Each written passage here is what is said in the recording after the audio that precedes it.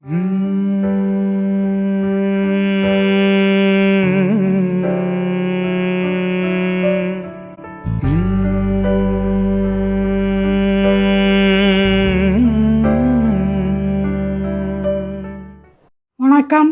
நமஸ்காரம். Welcome to Shantha பாட்டி சமையல். இன்றைக்கி எல்லாருக்கும் பிடிச்ச மாதிரி ஒரு ரவா இட்லி பண்ண போகிறோம். நான் பண்ண போகிறதில்ல, பேரன் தான் பண்ண போகிறான். அவன் எப்படி பண்ணுறான்னு நான் கற்றுக்க போகிறேன். ஸோ இன்றைக்கி வந்து ட்விஸ்ட் இன் த டேல் என்னன்னா, பொதுவாக பாட்டிகிட்டேருந்து நான் கற்றுண்டு பாட்டி சொல்ல நான் பண்ணுவேன். பாட்டிக்கு தெரியாத ரெசிபி ஒன்றும் இல்லை. அது ரவா இட்லி பாட்டி ரொம்ப வருஷமாக she is been making it. So அதை மைண்டில் வச்சுட்டு நானாக ஒரு தடவை பண்ணேன். அன்றைக்கி பயங்கர it was a big hit. அதனால அந்த ரெசிபி என்ன அப்படின்னு அவங்க கேட்டதுனால ஐ தாட் நம்ம சேனல்லையே வந்து அதை போட்டு எப்படி பண்ணுறோம் அப்படிங்கிறத உங்கள் எல்லாருக்குமே அதை பகிர்ந்துக்கணும் அப்படிங்கிற ஒரு ஆசையில் தான் இன்றைக்கி இந்த வீடியோ. சவான், இந்த ரவா இட்லிக்கு என்னென்ன வேணும்னு சொல்லலாமா? ரவை ஒரு கப், அதே கப்பால் தயிர் ஒரு கப். ரொம்ப கலர்ஃபுல்லாக ஆக்கிறதுக்கு நம்மளுக்கு பிடிச்ச காய்கறிகள் சேர்த்துக்க போகிறோம். தக்காளி ஒரு கப், பட்டாணி ஒரு கப், பீன்ஸ் ஒரு கப், கேரட் ஒரு கப், கடுகு ஒரு டீஸ்பூன், சீரகம் அரை டீஸ்பூன், உளுத்தம்பருப்பு அரை டீஸ்பூன், கடலைப்பருப்பு ஒரு டீஸ்பூன், மிளகு அரை டீஸ்பூன், பெருங்காயப்பொடி ஒரு டீஸ்பூன், சின்னதாக துருவி வச்சிருக்கிற பச்சை மிளகா 2, மஞ்சப்பொடி ஒரு டீஸ்பூன், ஒரு டீஸ்பூன் நெய், தேவையான அளவுக்கு கருவேப்பிலை, கொத்தமல்லி ஒரு கப், தேவையான உப்பு.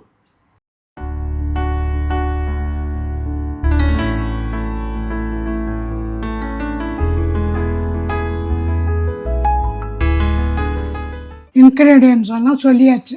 ஆமாம், ரவா இட்லி பண்ண ஆரம்பிக்கலாமே. முதல்ல நம்ம என்ன பண்ணோம்னா, ரவையை வறுத்துக்கணும். இந்த ரவையை நம்ம ஏன் வறுத்துக்கிறோன்னா, அப்போ தான் குழகுழப்பு இல்லாமல் கிறிஸ்பியாக இருக்கும், ஒட்டிக்காமல் இருக்கும். அதனால ஃபஸ்ட்டு நம்ம ரவையை வறுத்துன்றலாம். எண்ணெய் நெய் அதெல்லாம் ஒன்றும் சேர்க்க வேண்டாம், ஜஸ்ட் ட்ரை ரோஸ்ட் பண்ணால் போதும். லேசாக கலர் கொஞ்சம் மாறும், ஒரு மாதிரி வாசனை வரும். ஆமாம், வாசனை நல்லா வரும். இந்த அடுப்பை ஆஃப் பண்ணிவிட்டு இந்த ரவையை ஒரு தட்டில் கொட்டிடலாம். நல்லா ஆறட்டும் அது. இப்போ அதே கடாயில் எண்ணெய் விட்டு தாளிக்கிறது என்னென்ன பண்ணணும்னு பார்க்கலாமா? இப்போது கொஞ்சம் எண்ணெயை விட்டு ஃபஸ்ட்டு கடுகு போடுறோம். கடுகு பாட்டி எப்போவுமே சொல்கிற மாதிரி பொரியணும். நல்லா பொரியணும், வெடிக்கணும். நல்லா வெடிச்சாச்சு. கொஞ்சோண்டு சீரகம், கொஞ்சம் உளுத்தம்பருப்பு, கொஞ்சம் கடலைப்பருப்பு, பச்சை மிளகாய் நான் போட்டு வெடிக்கும். கொஞ்சம் கேர்ஃபுல்லாக நீங்கள் பண்ணணும். நல்லா எண்ணெயில் அது கொஞ்சம் வதங்கினதுக்கப்புறம் இப்போது கொஞ்சம் மிளகு சேர்க்குறோம். மிளகு சேர்த்து பெருங்காய பொடி அதுவும் சேர்க்குறோம். அப்புறம் ஒரு டீஸ்பூன் மஞ்சள் பொடி அண்ட் இங்கே நம்ம வச்சுட்டுருக்கிற கருவேப்பிலை எல்லாம் நல்லா பிளெண்ட் ஆகி பியூட்டிஃபுல்லாக வரும். நல்லா பொரியணும். இப்போ நம்ம எடுத்துகிட்டு இருக்கிற வெஜிடபிள்ஸில் ஹார்டஸ்ட்டு வந்து கேரட். அதனால் ஃபஸ்ட்டு கேரட் போட்டு கொஞ்சம் நல்லா ஒரு 2 மினிட்ஸ் சாட்டே பண்ணிவிடுங்க. ஒரு ரஃப்பாக ஒரு 50% வதங்கினா போகிறோம். ஏன்னா எப்படி இருந்தாலும் நம்ம குக்கரில் வச்சு வேக வைக்க போகிறோம், அப்போ கண்டிப்பாக வெந்துடும். இப்போ பாதி வதங்கியாச்சு. இந்த ஸ்டேஜில் ஃபைன்லி சாப்ட் பீன்ஸ் அதுவும் நம்ம சேர்த்துக்கிறோம். பீன்ஸும் கொஞ்சம் டைம் எடுக்கும் வதங்கிறதுக்கு, அதனால் அதை நம்ம இங்கே சேர்த்துக்கிறோம். இந்த ஸ்டேஜில் நான் ஒரு ஸ்பூன் நெய் குத்து, அப்போ தான் நல்லா வாசனையாக இருக்கும், நல்லா வதங்கும். பீன்ஸும் நல்லா இப்போ வதங்கியாச்சு. அடுத்தது என்ன போடலாம்? பட்டாணியை போடணும். பட்டாணியும் நம்மளுடைய ஃபேவரட் தக்காளி. ஃபேவரட் தக்காளி.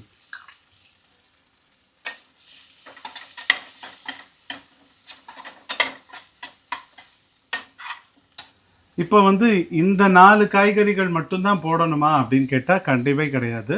அவ்வளோக்கு இஷ்டமாக என்னது யாருக்கு எது பிடிச்சிருக்கோ அது நீங்கள் போடலாம். கார்ன் போடலாம், குட்டி குட்டியாக ப்ராக்கலி போடலாம், காலிஃப்ளவர் போடலாம், அஃப்கோர்ஸ் எஸ் உருளைக்கிழங்கு போடலாம், இந்த மாதிரி அவங்க உங்களோட க்ரியேட்டிவிட்டி தான். இப்போது இதெல்லாம் இந்த காய்கறிகள் எல்லாம் நல்லா சேர்ந்துன்னு வர இந்த நேரத்தில் கொஞ்சம் கொத்தமல்லி நம்ம சேர்த்துடலாம். அண்ட் தேவையான அளவுக்கு உப்பு. இது எல்லாமே நல்லா ஆறணும். ஆறினதுக்கப்புறம் தான் நம்ம ரவையும் இதையும் சேர்த்து நம்ம மிக்ஸ் பண்ணி ஒரு பேட்டர் ப்ரிப்பேர் பண்ண முடியும். அதனால் அட்லீஸ்ட் ஒரு 10 minutes நீங்கள் you should allow it to come to room temperature. இந்த பாருங்க எவ்வளோ கலர் கலராக பார்க்கணும், சந்தோஷமாக இருக்குது, சாப்பிடலாம் போல் இருக்குது. இந்த ரவையை எடுத்து அதில் போட்டு தயிரையும் குத்தி தோசை மாவு பதத்தில் கலக்கி இட்லி குத்தலாமா? பண்ணிடலாமா? வறுத்து வச்ச ரவையை இதில் சேர்த்துடலாம். சேர்த்துட்டு மிக்ஸ் பண்ணிடலாம். மிக்ஸ் பண்ணிவிட்டு நம்ம இங்கே வச்சுருக்கிற தயிரையும் இதில் சேர்த்துடலாம். தயிர் போடலன்னா விட்டுக்கலாமா? போடலாம் விட்டுக்கலாம். இப்போ இதை நல்லா நம்ம கலரி லம்ப்ஸ் இல்லாமல், ஏன்னா பேட்டருக்கு ரொம்ப முக்கியமான ஒரு குவாலிட்டி என்னென்னா லம்ப்ஸ் இருக்கக்கூடாது, ஈவன் டெக்ஸ்டர் இருக்கணும். ஸோ இந்த தயிர் ரவை இந்த வறுத்து வச்சுருக்கிற காய்கறிகள் எல்லாமே நல்லா ஹோல்சமாக மிக்ஸ் ஆகணும். இப்போது இந்த பேட்டர் ரெடி. ஆனால் இட்லி குத்துறதுக்கு ரெடி இல்லை. ஏன் ரெடி இல்லைன்னா இந்த பேட்டர் வந்து 1/2 an hour ஊறணும். அப்படியே கம்ப்ளீட் ரெஸ்ட் விட்டுறணும் நம்ம இந்த பேட்டருக்கு. அந்த 1/2 an hourல என்ன ஆகும் அப்படின்னு நீங்கள் கேட்டிங்கன்னா, இந்த ரவை இந்த தயிர் எல்லாமே சேர்ந்துக்கும், அழகாக மிக்ஸ் ஆகும். ஸோ அந்த டைம் நம்ம கொடுத்தா தான் அந்த இட்லி வந்து ஃப்ளஃபியாக வரும். அதனால் 1/2 an hour கம்ப்ளீட் ரெஸ்ட். மாவு ரெடியாக இருக்குது பார்த்தாங்களா? 7 இட்லி ஊற்றிடலாமா? எஸ். ஸோ இப்போ 1/2 an hour கழித்து நம்ம பார்த்தோன்னா பியூட்டிஃபுல்லாக செட் ஆகிருக்கு. பட் இன்னும் பேட்டர்னால் இன்னும் கொஞ்சம் லிக்விடாக இருக்கும், இவ்வளோ திக்காக இருக்காது. அதனால் நான் சொன்ன மாதிரி 1 கப் ரவைக்கு 1 கப் தயிர் விட்டாச்சு. இன்னும் கொஞ்சம் நம்ம விட்டுக்கலாம். அதனால் ஒரு 1.25. ஒரு தடவை அந்த ரவைக்கு ஏற்ற மாதிரி தான் நம்ம விட முடியும். அதனால் ப்ரிசைஸாக சொல்ல முடியாது. கண்டிப்பாக 1 கப் தேவைப்படும்.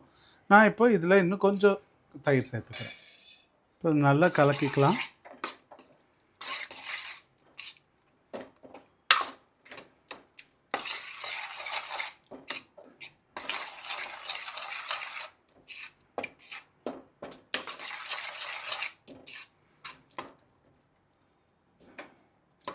இட்லி தட்டில் கொஞ்சோண்டு எண்ணெயை விட்டு லூப்ரிகேஷனுக்கு கொஞ்சம் கொஞ்சமாக மாவு விட்டு செட் பண்ணலாமா?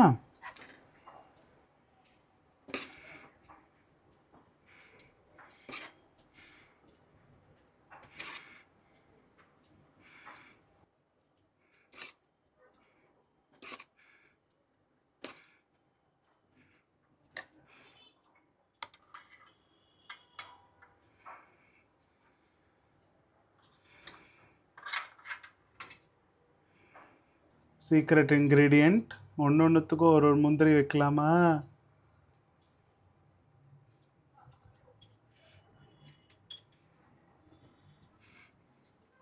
ஆவியில் நம்ம வேக வச்சு எடுத்துடலாமா?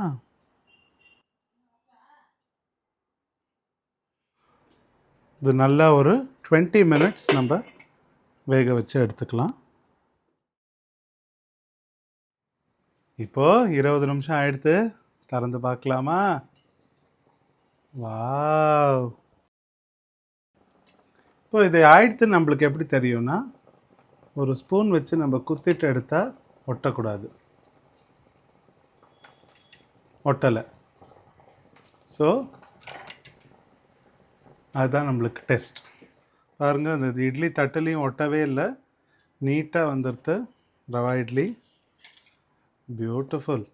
எவ்வளோ அழகாக புசு புசுன்னு வந்திருக்கு. ரொம்ப சூப்பராக பண்ணுறக்கான். இந்த மாதிரி நீங்கள் பண்ணி பாருங்க. ஸோ இந்த ரவா இட்லிக்கு காம்பினேஷன் என்னென்னு பார்த்தோன்னா, தேங்காய் சட்னி, தக்காளி சட்னி, ப்ராக்டிக்கலி எனி சட்னி.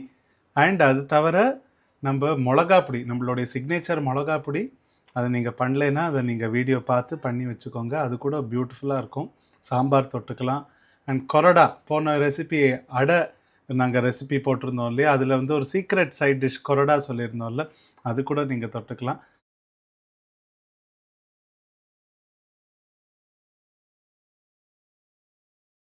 பாட்டி சர்டிஃபை பண்ண இட்லி அதனால் நீங்கள் தைரியமாக கான்ஃபிடென்ட்டாக நீங்கள் வீட்டில் ட்ரை பண்ணலாம். கண்டிப்பாக உங்களுக்கு அன்ஃபெயிலிங்காக வரும். எவ்வளோ நல்ல ரெசிபி இல்லையா? ரவை ஸோ வெர்சடைல். உப்மா பண்ணலாம், நம்ம வந்து லட்டு பண்ணலாம், தோசை. பொங்கல் பண்ணலாம், தோசை பண்ணலாம்.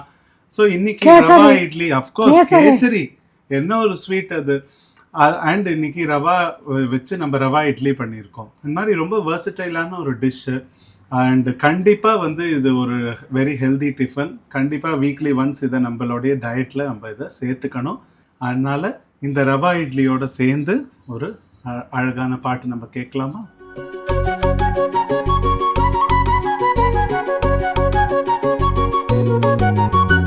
కలితనుతి సన్యాసి భజనానుగుణ విహిత సులలితాకారమహితం కలితనుతి సన్యాసి భజనానుగుణ విహిత సులలితాకారమహితం కలుషహర పరిసరోజ్వల పద్మతీర్థాది ఖండితాశేష దురితం కలుషహర పరిసరోజ్వల పద్మతీర్థాది ఖండితాశేష దురితం కలశోద్భవాన్విత మహేంద్ర త్రికూటవరమలయాచలేంద్ర వినూతం కలశోద్భవాన్విత మహేంద్ర త్రికూటవరమలయాచలేంద్ర వినూతం కలదమన వంచి మార్తాండవర్మా కలిత కాంచన విమాన లసితం పద్మనాభం భోగీంద్రశాయినం కలితనుతి సన్యాసి భజనానుగుణ విహిత సులలితాకారమహితం కలుషహర పరిసరోజ్వల పద్మతీర్థాది ఖండితాశేష దురితం కలశోద్భవాన్విత మహేంద్ర త్రికూటవరమలయాచలేంద్ర వినూతం కలదమన వంచి మార్తాండవర్మా కలిత కాంచన విమాన లసితం పద్మనాభం భోగీంద్రశాయినం పూరుకుశలదాయినం పురుషం శాశ్వతం కలయే భోగీంద్రశాయినం. இந்த மாதிரி ரெசிபிஸ் நிறையா போடுறேன். சப்ஸ்கிரைப் பண்ணுங்க. நன்றி, வணக்கம்.